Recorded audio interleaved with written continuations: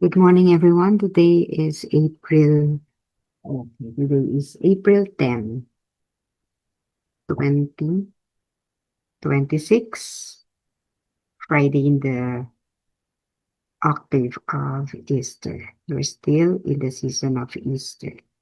We are also on our eighth day of our novena to the Divine Mercy. But before we proceed, we would like to offer all our prayers for the peace in the Middle East, especially in Iran and Lebanon, which was also hit by Israel the other day, and also in Syria, in Ukraine, in Israel, in Gaza, Palestine.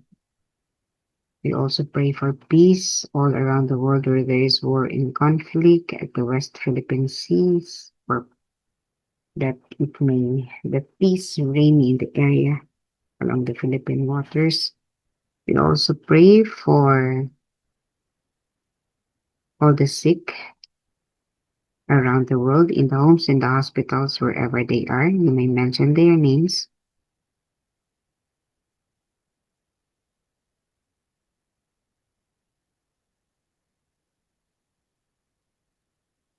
We also pray for the eternal repose of the souls of those which have passed on for the last 24 hours, for all those in the process of transitioning at this very moment, and of course for all the souls in purgatory, which is our intention for today.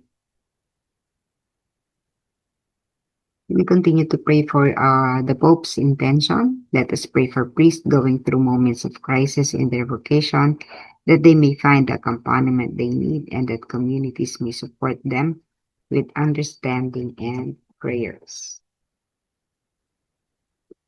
All right, so we will just have a short input on the 8th day.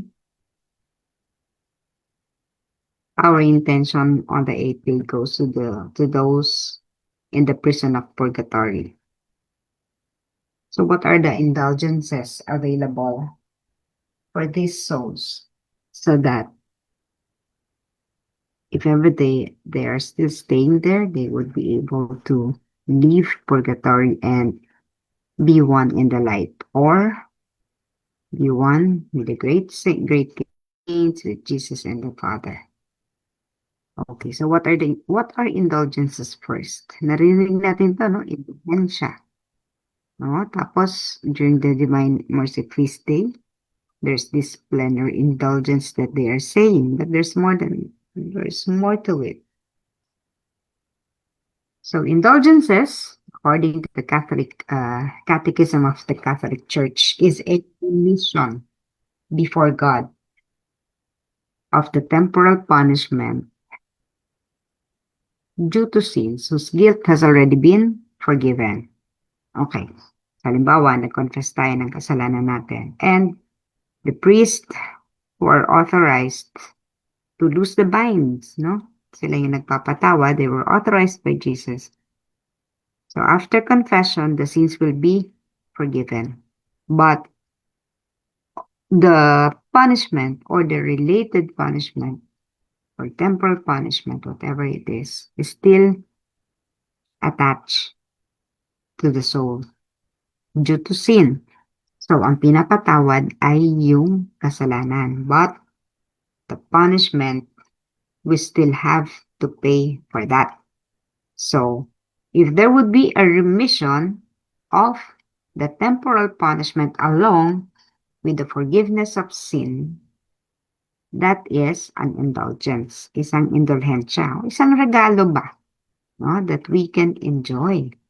Sapagkat tayo nagkamali, tayo nagsisi, at pinatawad ang ating kasalanan, gayon din ang pagbubura ng kaukulang parusa, and yun ang indulhensya. Pero hindi to available every day. Indulgences are not available every day or whenever one wants it. So there are special occasions when we can avail of these indulgences. And this season, the plenary indulgence is available if you would be visiting any of the shrine or church dedicated to Saint Francis of Assisi.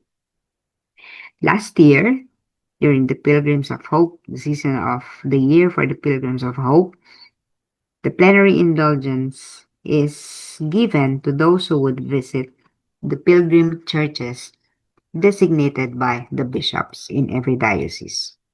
So again, indulgences, remission of the temporal punishment and the forgiveness of sins, along with the forgiveness of sins. So it can be partial or plenary. Pag sinabing partial, edi hindi buo. Plenary, buo. So, yung ibig sabihin lang ng partial, yung remission of the punishment, partial lang. Hindi ganap. Nananatili pa rin. No? May mga parang, what do you call this? May mga guidelines yan kung paano ibibigay kung magiging partial ba yan or magiging plenary. And it can be applied both to the living and the dead. So, ang indulgence, available yan sa buhay at saka sa patay. Both can avail, no? Pero may ano yan, may ibang approach. For the living, because we're still living, we can directly avail of it. Pero pag sa dead, someone has to do this for them. Alright. It's important kasi ang intention natin are for those in the prison of purgatory. Kung hindi naman nila magagawa yon, who will be doing that? So, though it is available to those souls in purgatory, but they cannot just immediately take advantage of it. Hindi nila yan basta-basta makukuha. So, they need our prayers, one of which is prayers. So, for every sin, even venial, pag sinabing venial, you know already, no? Ito yung mga lighter, hindi siya mortal. Maliliit. So, every sin, even venial, entails an unhealthy attachment to creatures. Kahit gano'ng kaliit ang kasalanan mo. Halimbawa, nagmura ka, di may kasalanan ka na. Nagalit ka, may kasalanan ka na. These are venial sins. It is causing unhealthy attachment to us. Ibig sabihin, yung kasalanan na yon, dumidikit siya sa atin. Nandun siya, nai-impress siya doon sa kaluluwa natin. Malibang ito ay ihingi mo ng tawad at bayaran mo, no? Tsaka pa lang siya mawawala. Pero pag wala kang ginawa, nananatili yan. So, if you are committing sins every day, day in, day out, or for a day, siguro napakarami mong kasalanan. So, lahat yan, nagkakaroon ng unhealthy attachment to your soul. Ito yung parang entanglement, no? Isipin mo yung isang roll ng sinulid. Pag galing yan sa pabrika, ang ganda ng pagkakaroll niyan, wala yung entanglement. But once inalis mo yan, inunloose mo dun sa pagkakabigkis niya, no? Sa yung pagkakalulon, no? Ng sinulid. Tapos inano mo siya uli, may entanglement na kasi ano na no? Nagbubuhol-buhol. Yun pala yung Tagalog na. Nagbubuhol-buhol na siya. So, pabalik-baliktad na. Tapos, minsan hindi mo na maano, no? Hindi mo na maalis-alis. Kaya nga itong si Maria, what's this? The undoer of knots, no? Siya yung nagtatanggal niyan. Kasi may mga attachment nga. May mga entanglement na nakikreate sa ating kaluluwa. So, habang dumarami ang kasalanan natin, patindi ng patinding entanglement. At mas mahirap siyang tanggalin. So, marami kang effort na kailangan gawin. So, yung mga souls na namatay, no? Na hindi nakapagsisi, hindi nakapagbayad, may antindi pa ng entanglement niyan. Bagamat sila, tinanggap nila yung kapatawaran ng Diyos, no? But they still have to pay. Halimbawa, at the end of your life, no? Nagkamali ka, hindi ka na, nung ka lang nagsisi, nung at the end of your life na, nandun ka na sa borderline, tas sabi ni Jesus, o kanali ka na anak, pinapatawad ng kasalanan mo. Di pinatawad na nga. But the soul has still to pay for all the sins it has committed. So, hindi yan diretso pupunta sa langit. Pupunta muna yan, mapapark muna siya doon sa purgatorio. Doon siya maglilinis. Doon siya magpupurify. Purification shall take place in purgatory. Now, this is not a punishment. Purgatory is a place of mercy. Bakit? Kailangan talaga malinis ka. Before anyone, any soul goes to heaven or reach heaven, it has to be really clean. Kaya mga kapatid, habang nabubuhay tayo, nagkakamali tayo, palagi tayo maliligo mula sa ating mga kasalanan. Kasi nga, napakahirap. We can never achieve union with God kapag napakarumi natin, kapag sobrang tindi ng entanglement natin. So the soul must be purified either here on earth or after death in the state called purgatory. So dalawa. Pag ikaw ay buhay, nag-purify ka dito sa lupa, nagkasakit ka, nagka-cancer ka. This is one form of purification. Remember, all our sufferings are forms of purification. It is good for the soul. So that at the end of your life, if you die out of cancer, ay ang linis-linis mo na, no? So, napakalaking probability. Straight to heaven ka na kasi yung purification mo nangyari na sa lupa. Now, if there is no purification that took place while still living, the soul after death will be in purgatory, where it will spend some time. No? Hindi natin alam. Depende kasi yan sa tindi ng mga kasalanan natin or sa tindi ng entanglements. So it will stay in purgatory for the cleansing or purification process. This frees us, no, pinapalaya nito from what is called the temporal punishment of sin. No? But it does not have to, we do not have to look at it as a form of revenge, mga ganyan, ano, or a vengeance, ganyan. Hindi ganon. Hindi yan parusa kung tutuusin. But it's actually a form of purification. That's the positive way how to look at this positively. Christians must strive to accept this temporal punishment of sin as a grace. Ito yung sinasabi ko kanina, no? Look at the temporal punishment as a grace. Isang grasya. Sapagkat kung walang temporal punishment, mananatili kang marumi. You can never have union with God. Parang ganito, no? Kung hindi ka naligo, no, ang dumi-dumi mo, sabihin ng asawa mo, ay, ayoko, huwag kang tatabi sa akin. So, hindi ka pwedeng tumabi. Marumi ka eh. No? That is, sa tao, pwede pa yan, no? Pero, sa Diyos, it is strictly prohibited, no? Kailangan malinis tayo bago tayo makipagkaisa sa ating Panginoon. Okay. Christians should strive by works of mercy sa pamamagitan ng gawa ng awa at mga charity, no? Isang pamamaraan yun. Pangalawa, by prayer and various practices of penance. Pumunta ka halimbawa sa sementeryo, you pray for the soul. Pumunta ka halimbawa sa isang simbahan, nagdasal ka para sa kaluluwa. Or there are many ways for you to have that temporal punishment be offset, no? Ma-offset or mawala. And these are some of the ways to offset the punishment. And to put off completely the old man, yung lumang ikaw, para maging bago ka. So imagine if we have asked for forgiveness and we do a lot of penance, we do charitable works, again, donating your money or buying your soul, no? Lagi na buying your soul, donating your money for charitable works, ito ay nakaka-release ng entanglement, no? Bayad po rin yan. And you become a new man, new person.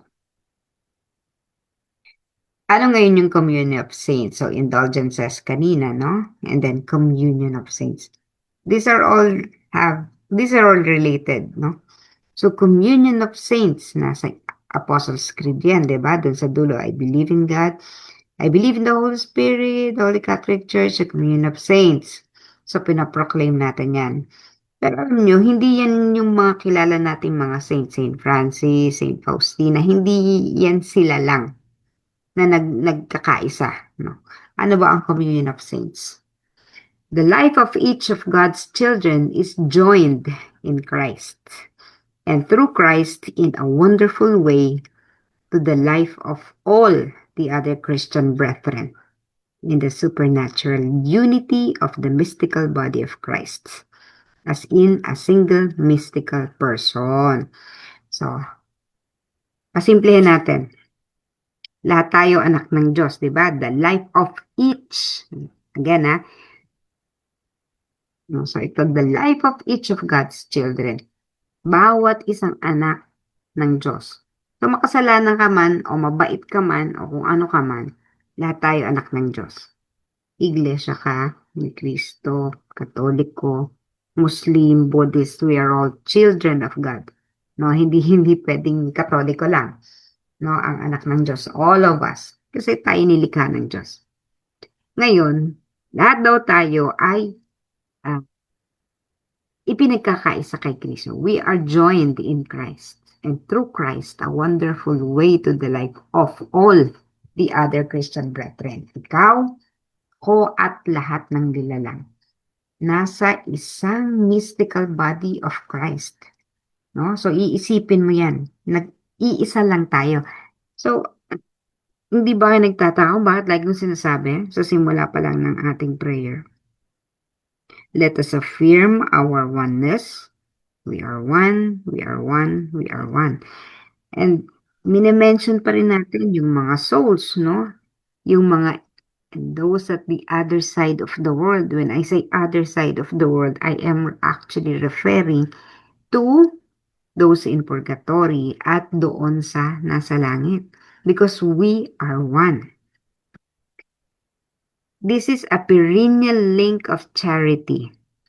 A perennial link of charity exists between the faithful who have already reached their heavenly home. Sino to? Ito yung mga saints.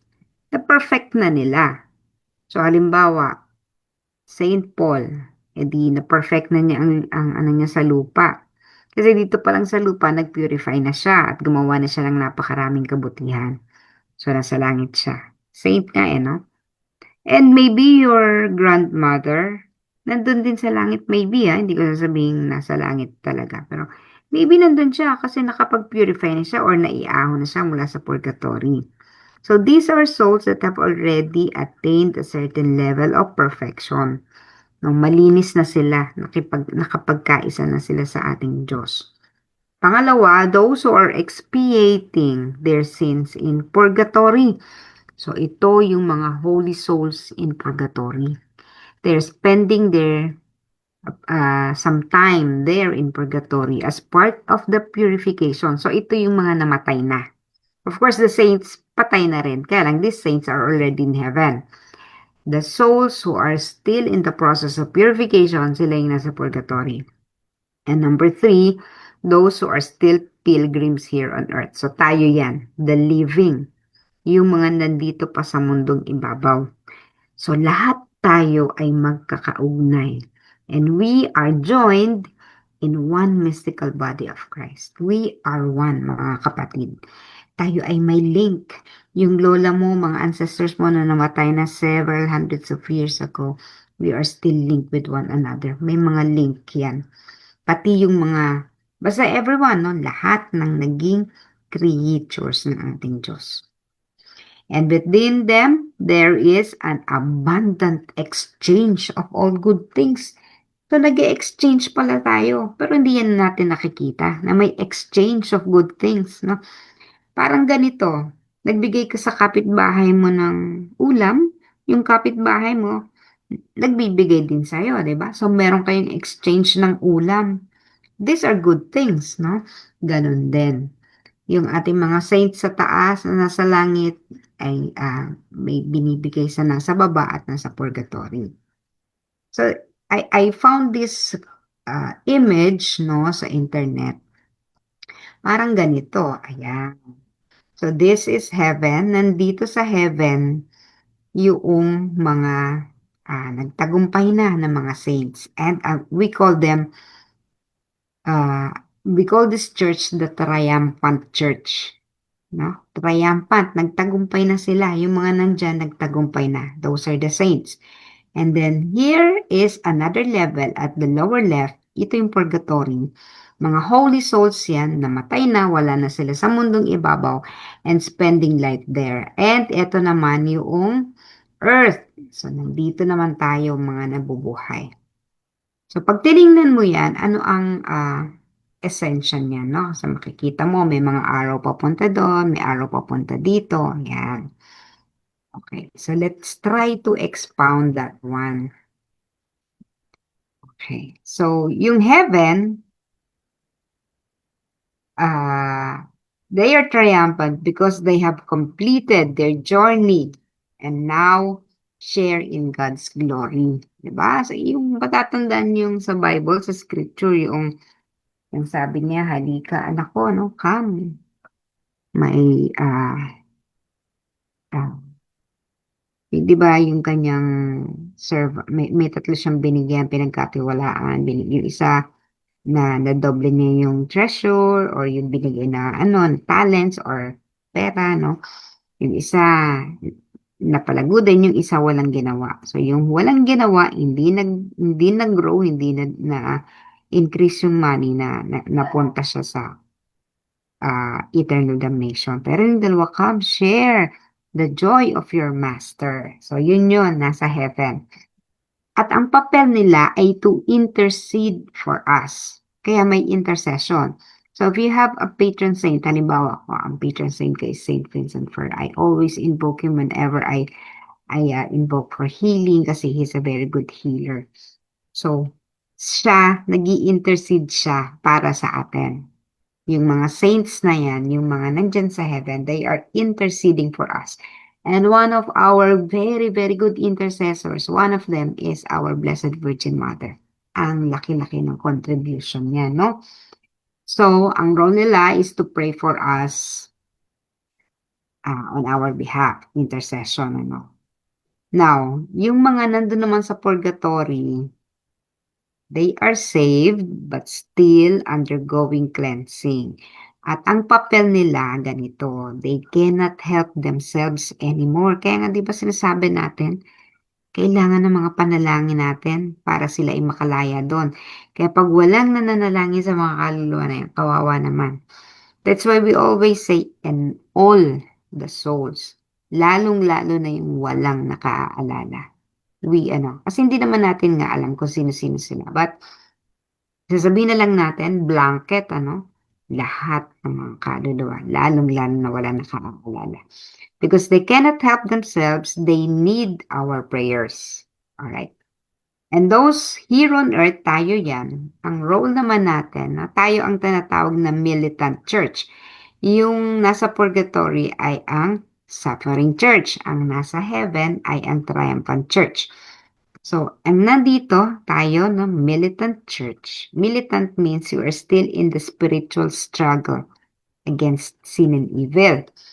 So, our role naman is to pray and offer sacrifices and live out our faith. No? Yun, manalangin, magsakripisyo, at isabuhay ang ating pananampalataya. And of course, to pray for those in purgatory. Tayo yung aasahan nila. The spiritual connection between all these three is from the earth to heaven. Nakikita nyo, di ba? From the earth to heaven, we offer praise, prayer, and do works of mercy. And then, the faithful on earth worship God and honor the saints. Di ba? Nagpupuri tayo sa misa, we honor them. Yung mga saints, pinaparangalan din natin sila for the good works they have done. So, yun yung ginagawa natin. And from the earth to purgatory naman, we do suffrages, prayer, indulgences, and gratitude.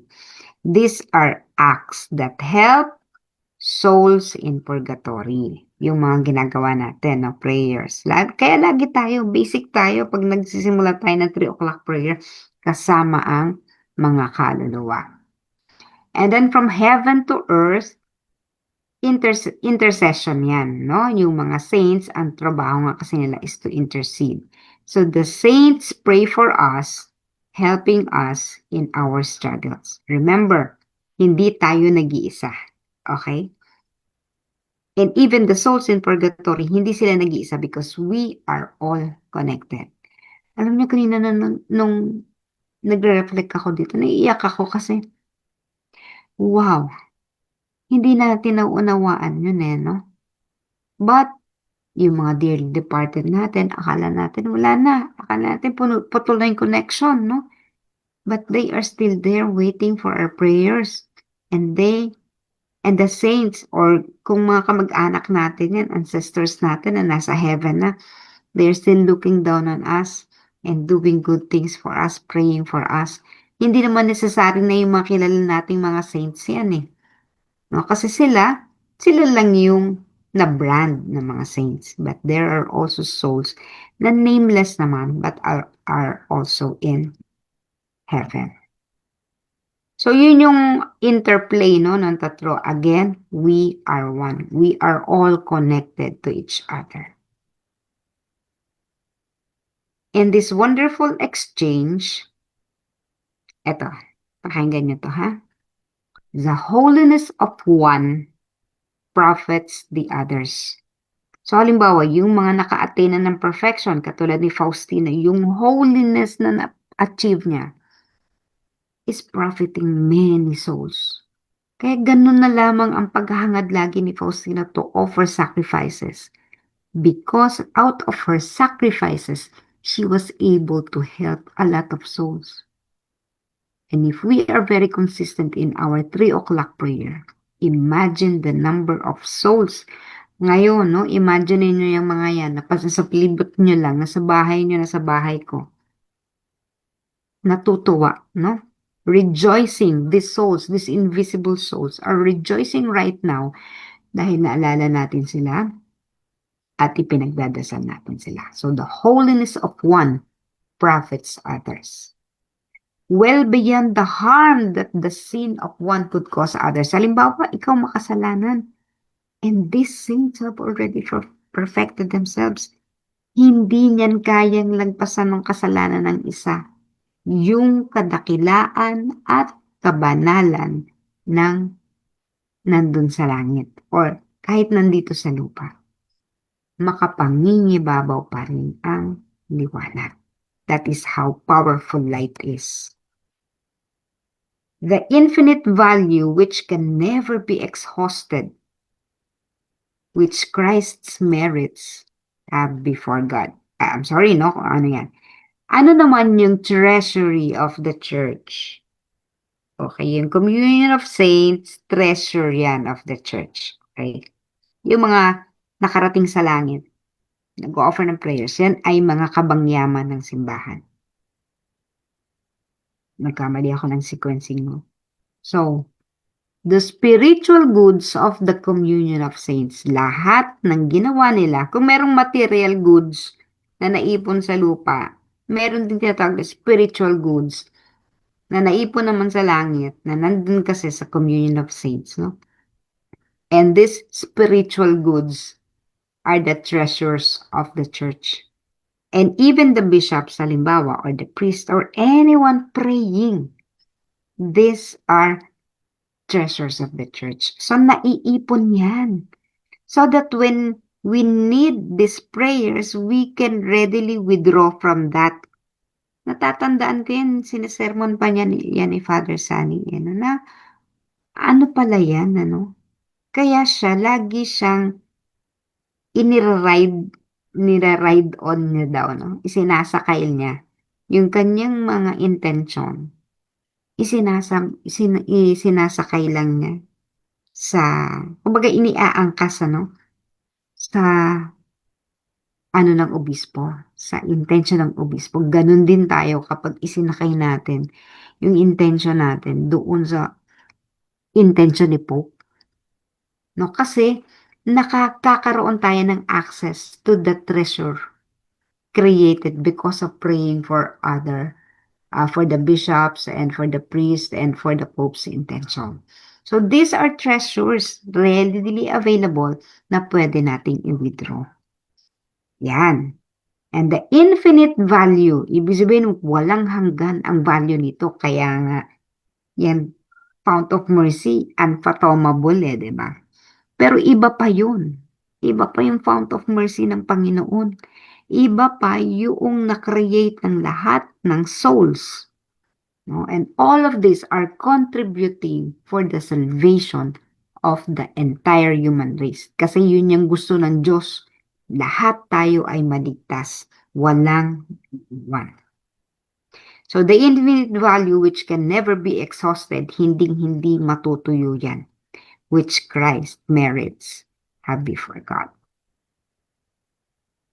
It is offered so that the whole mankind could be set free again. Whole mankind, lahat, ay maging malaya at makamit ang pagkakaisa sa ating Ama. Union with God. All of us. No? Yun talaga yung ating end goal. Union with God.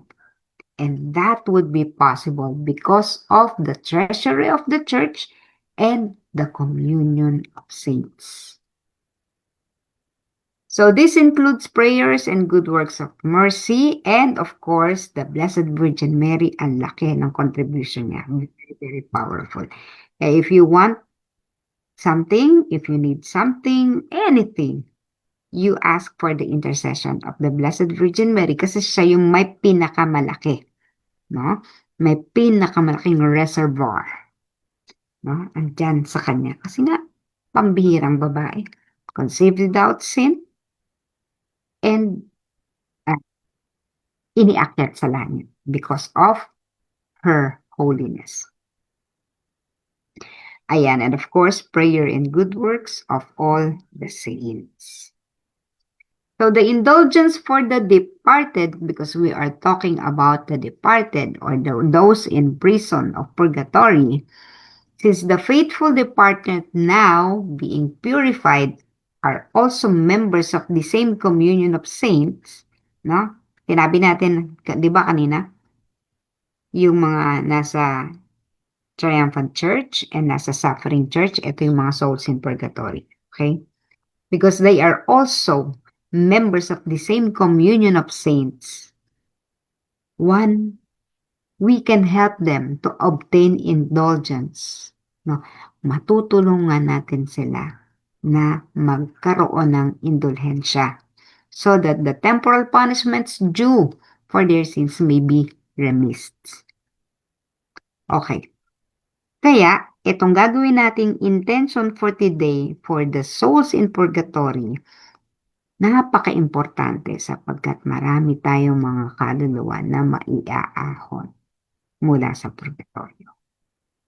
I hope I have given a deeper understanding of the intention which is dedicated or intended for the souls in purgatory. No, hindi yan kinalimutan ni Jesus doon sa novena.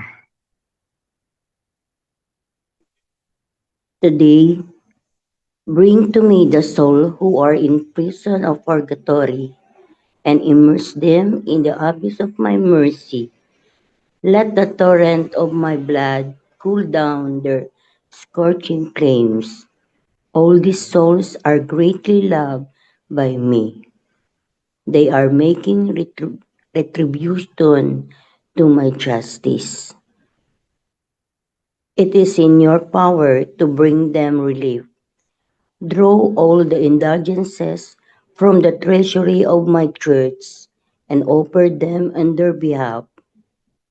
Oh, if you only knew the torments they suffer, you would continually offer for them the alms of the Spirit and pay off their debt to my justice. Most merciful Jesus, yourself have said that you desire mercy, so I bring and abode of your most compassionate heart, the souls in purgatory, souls who are very dear to you, and yet who must make retribution to your justice. May the stream of blood and water, which gushed forth from the heart, put out the flames of the purified fire, that in that place too the power of your mercy may be praised. Eternal Father, turn your merciful gaze upon the soul, suffering and purgatory, who are enfolded in most compassionate heart of Jesus.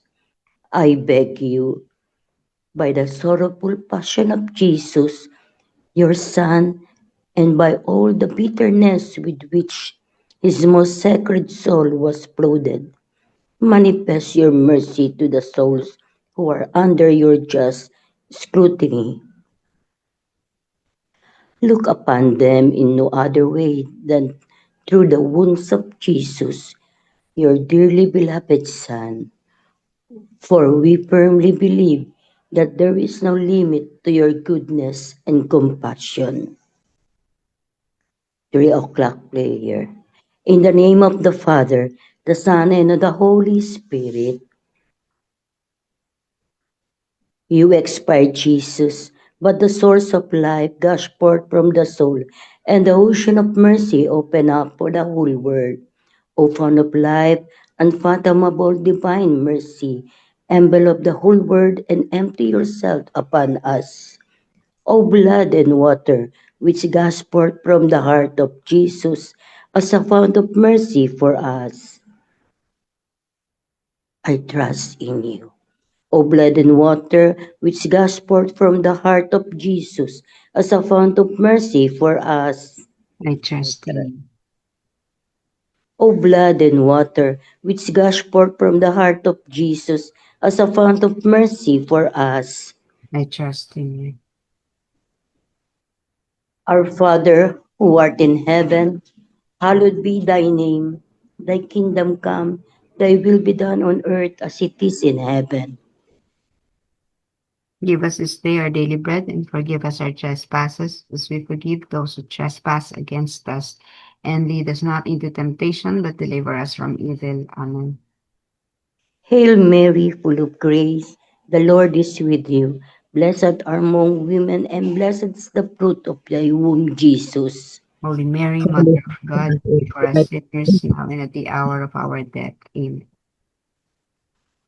I believe in God, the Father Almighty, creator of heaven and earth, and in Jesus Christ, his only Son, our Lord, who was conceived by the Holy Spirit, born of the Virgin Mary, suffered under Pontius Pilate, was crucified, died, and was buried. He descended into the dead. On the third day, he rose again. He ascended into heaven and is seated at the right hand of God the Father Almighty. From there he will come to judge the living and the dead. I believe in the Holy Spirit, the Holy Catholic Church, the communion of saints, the forgiveness of sins, the resurrection of the body, and life everlasting. Amen. Eternal Father, I offer you the body and blood, soul and divinity of your dearly beloved Son, our Lord Jesus Christ. In atonement for our sins and those of the whole world, For the sake of his sorrowful passion, have mercy on us and on the whole world. for the sake of his sorrowful passion, Have mercy on us and on the whole world. for the sake of his sorrowful passion, Have mercy on us and on the whole world. for the sake of his sorrowful passion, Have mercy on us and on the whole world. for the sake of his sorrowful passion, Have mercy on us and on the whole world. for the sake of his sorrowful passion, Have mercy on us and on the whole world. for the sake of his sorrowful passion, Have mercy on us and on the whole world. for the sake of his sorrowful passion, Have mercy on us and on the whole world. for the sake of his sorrowful passion, Have mercy on us and on the whole world. and for the sake of his sorrowful passion, Have mercy on us and on the whole world. Eternal Father, I offer you the body and blood, soul and divinity of your dearly beloved Son, our Lord Jesus Christ, in atonement of our sins and those of the whole world. for the sake of his sorrowful passion, Have mercy on us and on the whole world. for the sake of his sorrowful passion, Have mercy on us and on the whole world. for the sake of his sorrowful passion, Have mercy on us and on the whole world. for the sake of his sorrowful passion, Have mercy on us and on the whole world. for the sake of his sorrowful passion, Have mercy on us and on the whole world. for the sake of his sorrowful passion, Have mercy on us and on the whole world. for the sake of his sorrowful passion, Have mercy on us and on the whole world. for the sake of his sorrowful passion, Have mercy on us and on the whole world. for the sake of his sorrowful passion, Have mercy on us and on the whole world. for the sake of his sorrowful passion, Have mercy on us and on the whole world. Eternal Father, I offer you the body and blood, soul and divinity of your dearly beloved Son, our Lord Jesus Christ, in atonement for our sins and those of the whole world. for the sake of his sorrowful passion, Have mercy on us and on the whole world. for the sake of his sorrowful passion, Have mercy on us and on the whole world. for the sake of his sorrowful passion, Have mercy on us and on the whole world. for the sake of his sorrowful passion, Have mercy on us and on the whole world. for the sake of his sorrowful passion, Have mercy on us and on the whole world. for the sake of his sorrowful passion, Have mercy on us and on the whole world. for the sake of his sorrowful passion, Have mercy on us and on the whole world. for the sake of his sorrowful passion, Have mercy on us and on the whole world.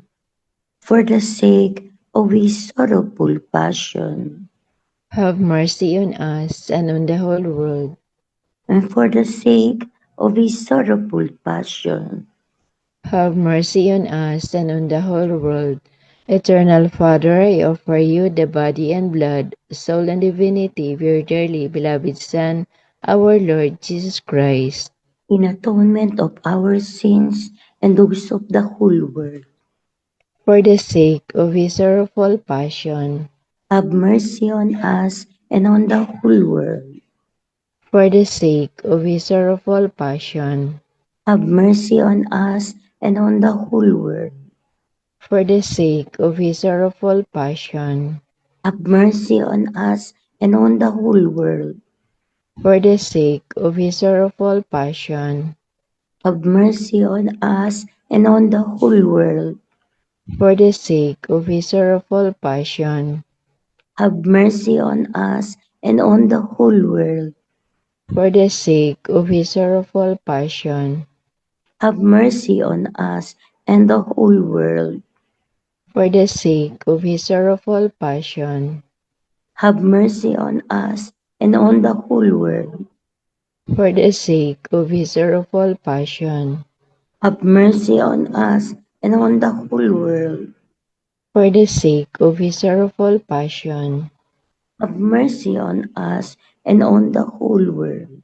and for the sake of his sorrowful passion, Have mercy on us and on the whole world. Eternal Father, I offer you the body and blood, soul and divinity of your dearly beloved Son, our Lord Jesus Christ.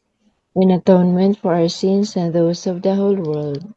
For the sake of his sorrowful passion, Have mercy on us and on the whole world. for the sake of his sorrowful passion, Have mercy on us and on the whole world. for the sake of his sorrowful passion, Have mercy on us and on the whole world. for the sake of his sorrowful passion, Have mercy on us and on the whole world. for the sake of his sorrowful passion, Have mercy on us and on the whole world. for the sake of his sorrowful passion, Have mercy on us and on the whole world. for the sake of his sorrowful passion, Have mercy on us and on the whole world. for the sake of his sorrowful passion, Have mercy on us and on the whole world. for the sake of his sorrowful passion, Have mercy on us and on the whole world. for the sake of his sorrowful passion, Have mercy on us and on the whole world. Holy Holy God, God, say, sis. Holy Mighty One, Holy Immortal One, Have mercy on us and on the whole world. Holy God, Holy Mighty One, Holy Immortal One, Have mercy on us and on the whole world. Holy God, Holy Mighty One, Holy Immortal One, Have mercy on us and on the whole world. the love of God is the flower, mercy the fruit. Let the doubting soul read these considerations on divine mercy and become trusting. Divine mercy, gush forth from the bosom of the Father. I trust in you. Divine mercy, greatest attribute of God. I trust in you. Divine mercy, incomprehensible mystery. I trust in you. Divine mercy, fount of gushing forth from the mystery of the most blessed Trinity. I trust in you. Divine mercy, unfathomable by any intellect, human or angelic. I trust in you. Divine mercy, from which wells forth all life and happiness. I trust in you. Divine mercy, better than the heavens. I trust in you. Divine mercy, source of miracle and wonders. I trust in you. Divine mercy, encompassing the whole universe. I trust in you. Divine mercy, descending to earth in person of incarnate word. I trust in you. Divine Divine, mercy, okay, sis. divine mercy which flowed out from the open wound of the heart of Jesus. I trust in you. Divine mercy enclosed in the heart of Jesus for us and especially for sinners. I trust in you. Divine mercy and fathom in the instruction of the Sacred Heart. I trust in you. Divine mercy in the founding of the Holy Church. I trust in you. Divine mercy in the sacrament of Holy Baptism. I trust in you. Divine mercy in our justification through Jesus Christ. I trust in you. Divine mercy accompanying us through our whole life. I trust in you. Divine mercy embracing us especially at the hour of death. I trust in you. Divine mercy endowing us with immortal life. I trust in you. Divine mercy accompanying us every moment of our life. I trust in you. Divine mercy shielding us from the fire of hell. I trust in you. Divine mercy in the conversion of the hardened sinners. I trust in you. Divine mercy and astonishment for angels incomprehensible to saints. I trust in you. Divine mercy and fathom in all the mysteries of God. I trust in you. Divine mercy lifting us out of every misery. I trust in you. Divine mercy, source of our happiness and joy. I trust in you. Divine mercy in calling us forth from nothingness to existence. I trust in you. Divine mercy embracing all the works of His hands. I trust in you. Divine mercy, crown of all God's handiwork. I trust in you. Divine mercy in which we are immersed. I trust in you. Divine mercy, sweet relief for anguished hearts. I trust in you. Divine mercy, only hope of despairing souls. I trust in you. Divine mercy, repose of heart's peace amidst fear. I trust in you. Divine mercy, delight and ecstasy of holy souls. I trust in you. Divine mercy, inspiring hope against all hope. I trust in you. Eternal God, in whom mercy is endless and a treasury of compassion inexhaustible, look kindly upon us and increase your mercy in us, that in difficult moments we might not despair nor become despondent, but with great confidence submit ourselves to your holy will, which is love and mercy itself. Amen. Amen.